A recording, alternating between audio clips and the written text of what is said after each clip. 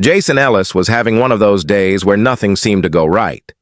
It started when his alarm didn't go off. He woke up 20 minutes late, tripped over his dog Max, and spilled cold coffee on his only clean shirt. By the time he got to the bus stop, the bus was already pulling away, its backlights fading into the morning fog. He sighed, checked his watch, and started walking. Denver in October was crisp and golden, leaves swirling in the wind, but Jason didn't notice. He was too busy thinking about the stack of forms waiting for him at the Federal Records Office. Another quiet day of stamping, sorting, and pretending he wasn't bored out of his mind. He worked in a small, windowless room on the third floor of a government building that smelled like old paper and stale air freshener. His job was simple. Go through digital and printed documents, make sure they were filed correctly, and sign off on anything that needed a human touch. Most of it was unimportant. Requests for city permits, land surveys, tax adjustments. Nothing exciting. Nothing that ever made the news. But today was different, though Jason had no way of knowing it yet. When he finally arrived, sweaty and late, his boss, Mr. Griffin, gave him a look that said, "You're on thin ice." Jason nodded, sat at his desk, and pulled up the first file on his screen. It was labeled Interdimensional Civic Registry, Non-Terrestrial Liaison, Final Validation. He blinked. That didn't sound like the usual stuff. He opened it. The document was long, full of strange words and phrases. Bond affirmation under Zintron law. Public ceremonial integration. Mutual custodial recognition across dimensions. Jason rubbed his eyes. Had someone sent him a sci-fi novel by mistake? At the bottom of the page, in bold but easy-to-miss letters, it said, "Signatory confirmation required for processing." Next to it was a blank line. Jason sighed. He had 30 forms to get through before lunch.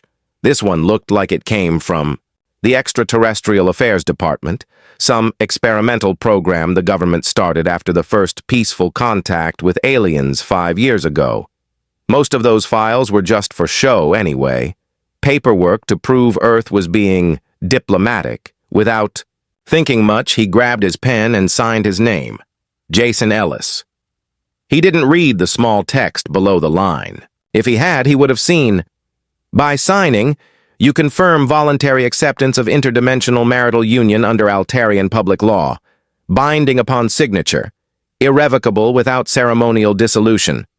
But he didn't read it. He just signed, stamped it, and moved on to the next form. He had no idea what he had just done.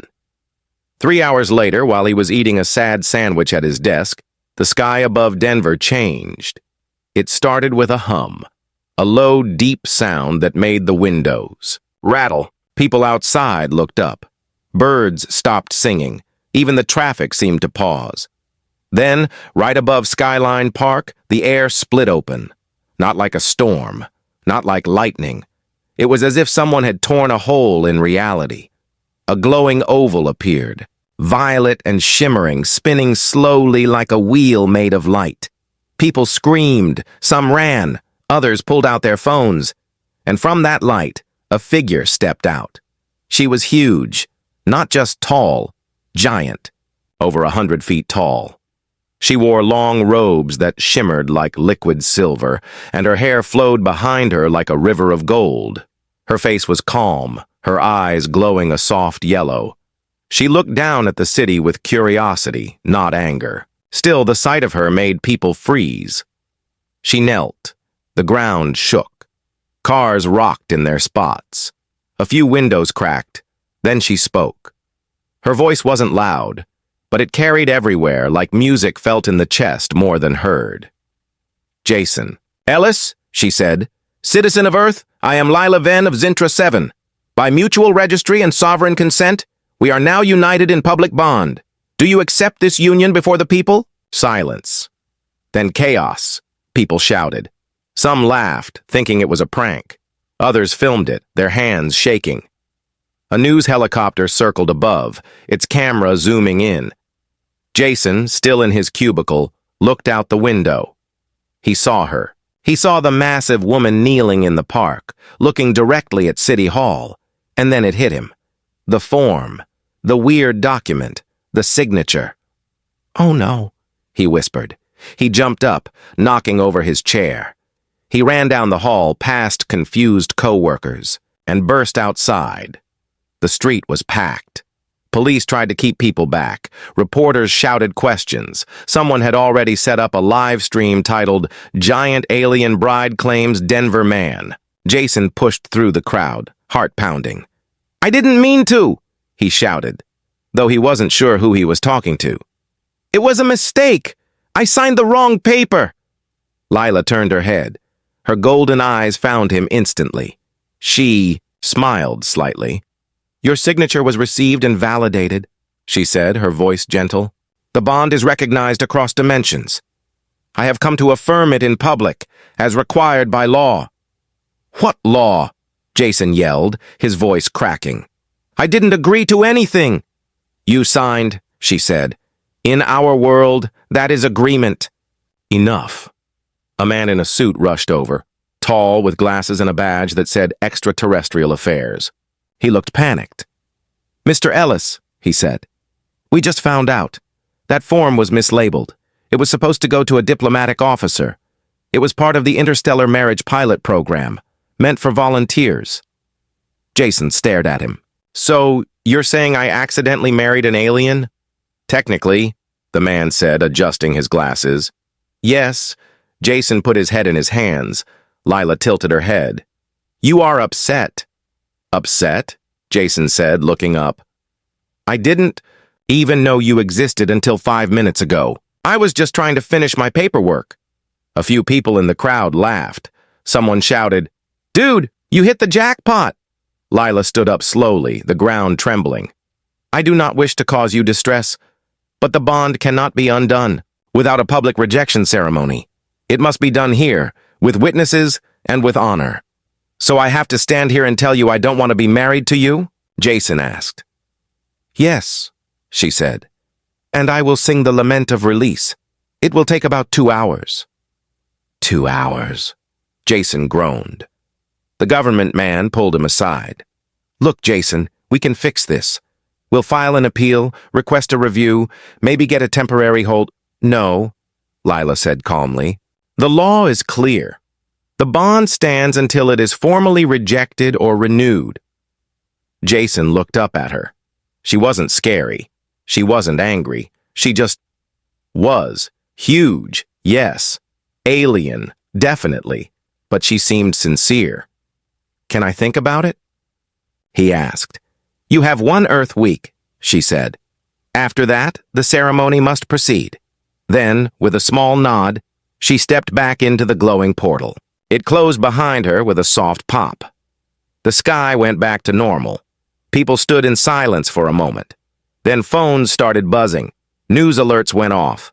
The video of the giant woman saying, "Jason Ellis, we are united," had already been viewed. 1,000,000 times.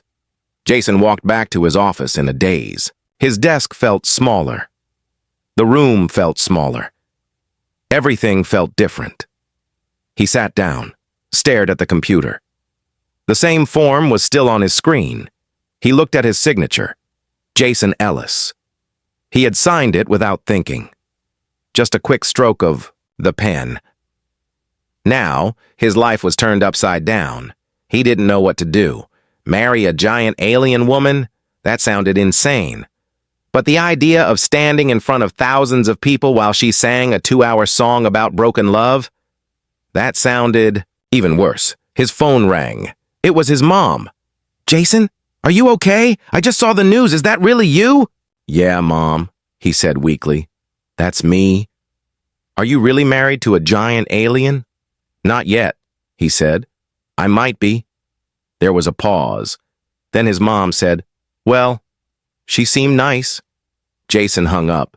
He sat there for a long time, staring at the wall. Outside, the city buzzed with rumors and jokes. Somewhere, a talk show host was probably writing a monologue about the man who signed too fast. But inside, Jason felt something strange. Not fear, not just panic. curiosity. She had come all the way from another world, not to conquer, not to destroy, but because of a signature, because of a rule, because to her, promises mattered, he thought, about how she looked at him. Not with anger, not with demand, but with calm respect. He didn't know her. He didn't know her world.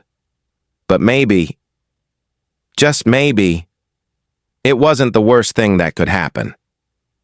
He closed the file on his computer, and, for the first time in years, Jason Ellis didn't feel invisible. He felt like the most noticed man on Earth. The day after the sky split open, Denver didn't go back to normal. How could it? One moment, it was just another city with traffic, coffee shops, and fall leaves on the sidewalk. The next, a giant alien woman had knelt in the park and declared she was married to a government clerk named Jason Ellis. By morning, the story was everywhere, on TV, on phones, on billboards in other states. People argued about it at breakfast tables and in office break rooms. Was it real? Was it a hoax? Did the government finally go too far with alien experiments? Jason didn't care about any of that. He just wanted to disappear. He called in sick, to work. He turned off his phone. He pulled the curtains shut and sat on his couch, staring at the wall. Max, his dog, curled up beside him, confused by the silence. But hiding didn't last long. Around noon, a black car pulled up outside his apartment. Two men in dark suits got out. They knocked on his door with firm, official raps. Jason opened it slowly. "Mr. Ellis," one of them said, "we're from the Department of Extraterrestrial Affairs. We need to talk." Jason groaned. "Can't it wait?" "No," the other man said. "This is urgent." They sat in his tiny living room, which suddenly felt even smaller with two government agents taking notes on tablets. They explained everything. The interstellar marriage program was real. It started after the first peaceful contact with the Altarians from Zintra 7. The idea was to build trust between worlds by forming symbolic unions, Earth citizens paired with alien diplomats, but it was supposed to be voluntary. People had to apply, go through interviews, and sign clear consent forms. Jason's form had been mislabeled during a software update. Instead of going to the volunteer pool, it ended up in the general processing queue. And when he signed it, the system accepted it as valid. "So," Jason said, "I got married because of a computer error." "Essentially," said the first agent. "But under Altarian law, the bond is binding. Their systems don't recognize mistakes, only signatures." "And now what?" Jason asked. "Do I have to live with her? Do I have to move to her planet? Do I need a bigger bed?" The agents exchanged a look. "Lila Venn will return in 7 days," the second one said. "She'll expect a decision. If you reject the bond, you must do it in a public ceremony. If you accept it, the union will be recognized for a trial period of 1 Earth year." Jason leaned back. "And if I don't show up? Then the bond stands by default," the first agent said, "and she'll be assigned to live near you as part of the cultural integration program." Jason's stomach dropped. "So if I run, she'll still find me?" "Yes." He buried his face in his hands. "This is insane." "We agree," the agent said, "but we can't change their laws. We can only help you navigate them." After they left, Jason sat in silence. He turned on the TV. Every channel was talking about him. Denver man accidentally marries alien giantess. Would you say yes to a 120-foot wife? Scientists debate, is interdimensional marriage legal? He shut it off. He thought about calling his sister, his best friend, Danny. But what would he even say? "Hey, remember how I said my job was boring? Well, now I'm engaged to a space giant." He went to the kitchen, poured a glass of water, and looked out the window. A crowd had gathered across the street. Not a big one, maybe 20 people. Some had cameras, others held signs that said, "Jason and Lila forever," and "Go big or go home." A teenager was live streaming, whispering, "He's in there, guys, the guy who married the alien." Jason stepped back, fast. He couldn't stay here. That night, he packed a small bag, grabbed Max's leash, and left through the back door. He drove to Danny's place, an old apartment above a laundromat on the edge of town. Danny opened the door in a t-shirt and sweatpants, holding a bag of chips. "You're on the news," he said. "I know," Jason said, walking in. Danny shut the door. "So, is it true?" "I signed a form," Jason said. "I didn't know what it was. Now this giant woman thinks we're married." Danny sat down, crunching a chip. "Man, she's kind of beautiful, though." Jason stared at him. "She's the size of a building." "I know," Danny said. "But have you seen her eyes? They glow. That's cool." Jason groaned and fell onto the couch. The next few days passed in a blur. Jason stayed inside, avoiding windows, avoiding phones. Danny let him borrow a laptop, and Jason started reading everything he could find about the Altarians. They were peaceful, highly intelligent, lived in floating cities above their planet, valued honesty, tradition, and public commitment. To them, a promise wasn't just words. It was sacred. Breaking one required a long, emotional ceremony to honor the pain of separation. Marriage, to them, wasn't about romance at first. It was about unity, growth, and shared purpose. Couples lived together for a year to see if they could build something real. If not, they parted with respect. Jason began to see Lila not as a monster, but as someone who followed her world's rules. Strict, maybe, but fair in their own way. Still, he wasn't ready to say yes.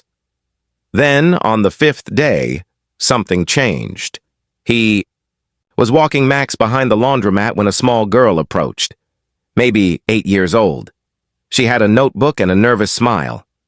"Mr. Jason?" she asked. He nodded. "Can I have your autograph? For my school project? It's about first contact." He hesitated. "You're not scared of me?" "Why would I be?" she said. "You didn't do anything bad. You just made a mistake. My teacher says everyone makes mistakes." Jason smiled a little. He signed her notebook. "Do you think she's nice?" the girl asked. "I don't know," Jason said. "I've only seen her once." "Well," the girl said, "she came all the way here for you. That's kind of brave." Jason didn't answer, but the words stuck with him. That evening, he watched the old footage of Lila again. Not the memes, not the jokes, the real video from Skyline Park. He slowed it down. She knelt gently, careful not to crush anything. She spoke calmly. She looked at the people, not with power but with respect. When she said his name, her voice was soft. She didn't force anything. She just asked. And when he didn't answer, she left. She didn't get angry. She didn't punish the city. She waited. Jason realized something. She was giving him a choice. Real, honest, no tricks. The next morning, he called the extraterrestrial affairs office. "I want to meet her," he said. "Before the ceremony. Can you arrange that?" There was a long pause. Then the agent said, "We'll try." 2 days later, the portal opened again. This time it was smaller, in a secure field outside the city. Soldiers stood guard. Scientists watched from a distance. Jason stood in the center, heart pounding. The light formed. And Lila stepped through. But she didn't come in her full size. She was still tall, about 10 feet, but small enough to walk beside him without breaking anything. "Hello, Jason," she said. Her voice was lower now, almost human. Her golden eyes were kind. "Hi," he said, nervous. "You're smaller. I can adjust my field." "Resonance," she said, "for close interaction. I did not wish to frighten you." Jason nodded. Thank you. They walked together slowly. Max sniffed her shoes, then wagged his tail. You didn't have to come back, Jason said. I did, she replied. The bond is yours to accept or reject, but it must be your true choice. Not fear, not pressure, not jokes from strangers. He looked at her. What's it like? Where you're from?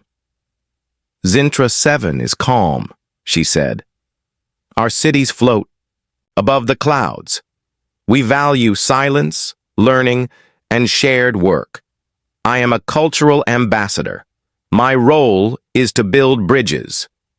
And marriage? What does it mean to you? It means two beings agree to grow together, she said. Not because they must, but because they choose to.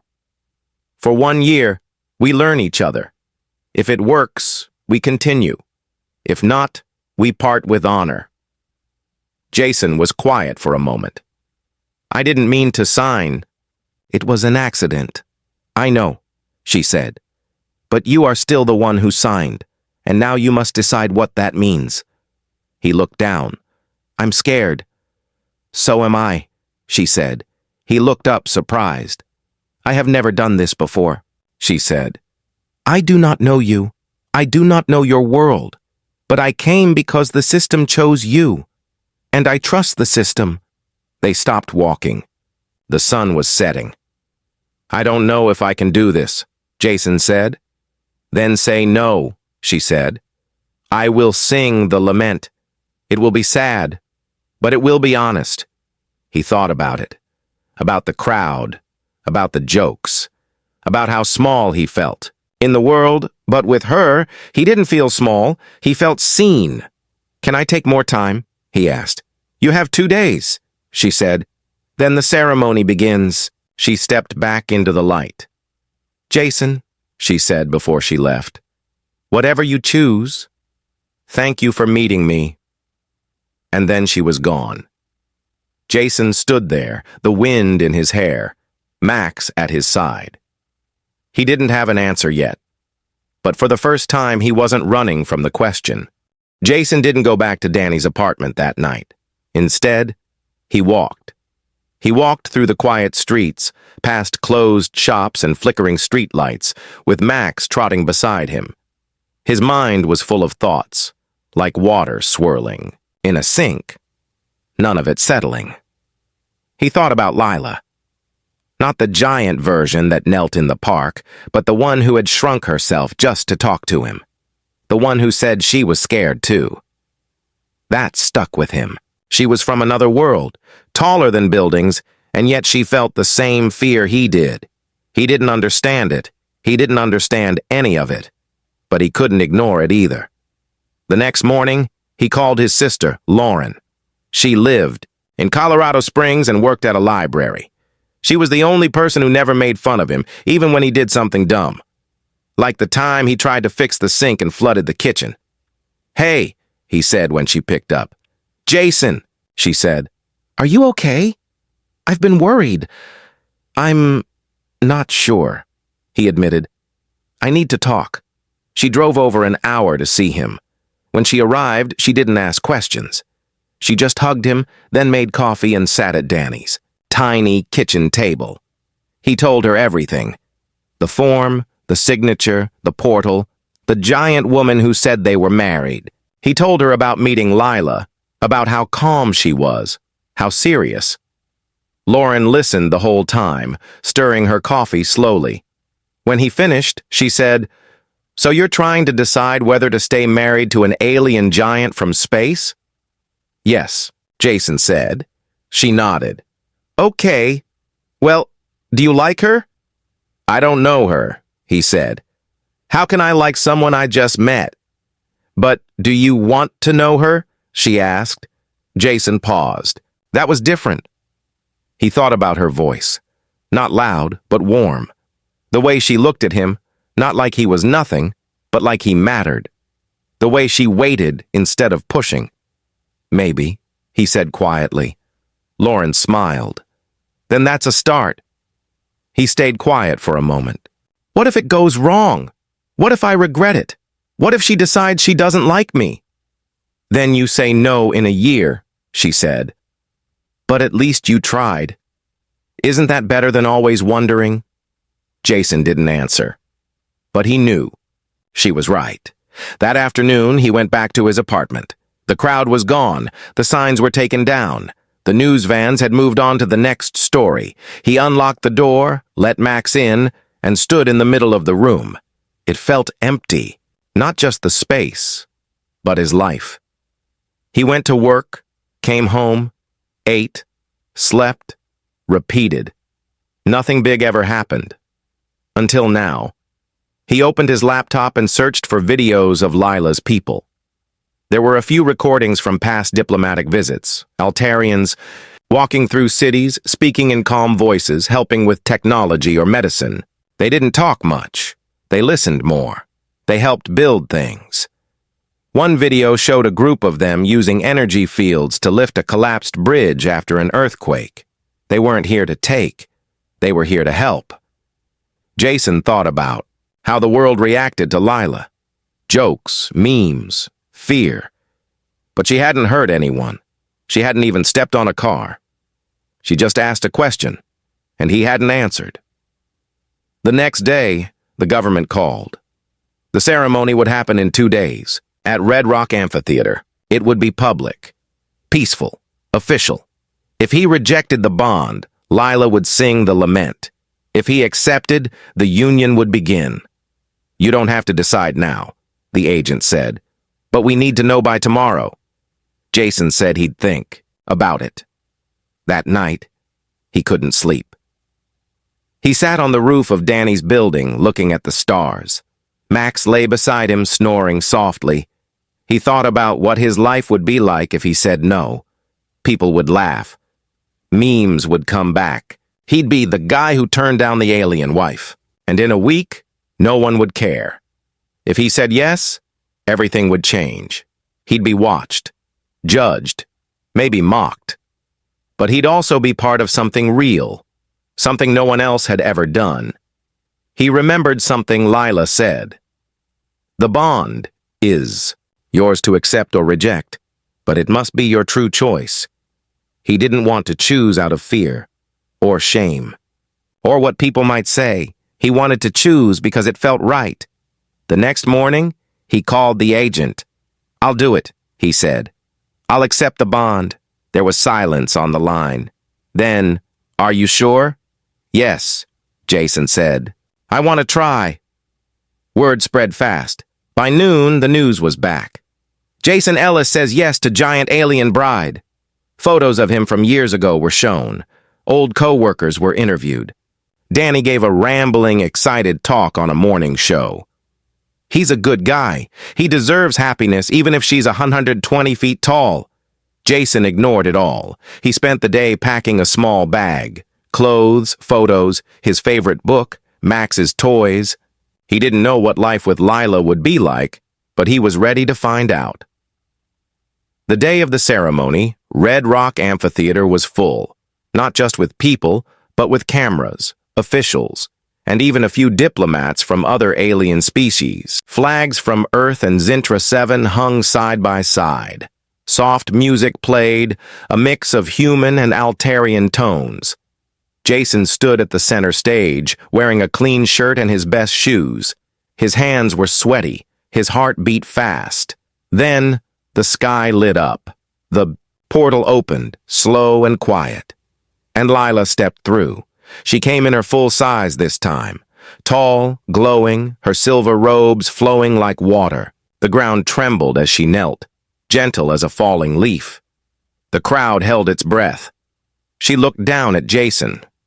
Jason Ellis, she said, her voice filling the air. Do you accept the bond? Freely?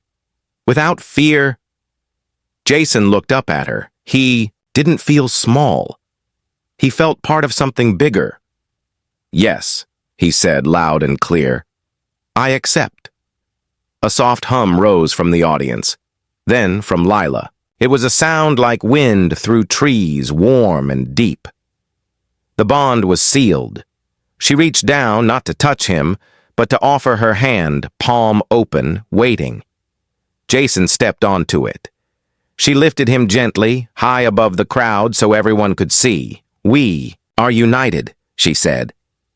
And for the first time in his life, Jason Ellis didn't feel invisible. He felt like he belonged. After the ceremony, they went to a new place, a large open area on the edge of the city, rebuilt to fit Lila's size. Walls were strong, doors wide, furniture built for two very different beings. It wasn't a house. It was a home. That night, Jason sat outside looking at the stars again. Lila sat nearby, smaller now, her light dimmed so as not to blind the neighbors. "Are you happy?" she asked. He thought about it. "I'm scared. I'm confused. But, yes, I think I am," she smiled. "Me too." And for the first time, on a quiet night in Denver, a man from Earth and a woman from the stars sat together. Not as strangers, but as partners. The world would keep talking. But they had already stopped listening.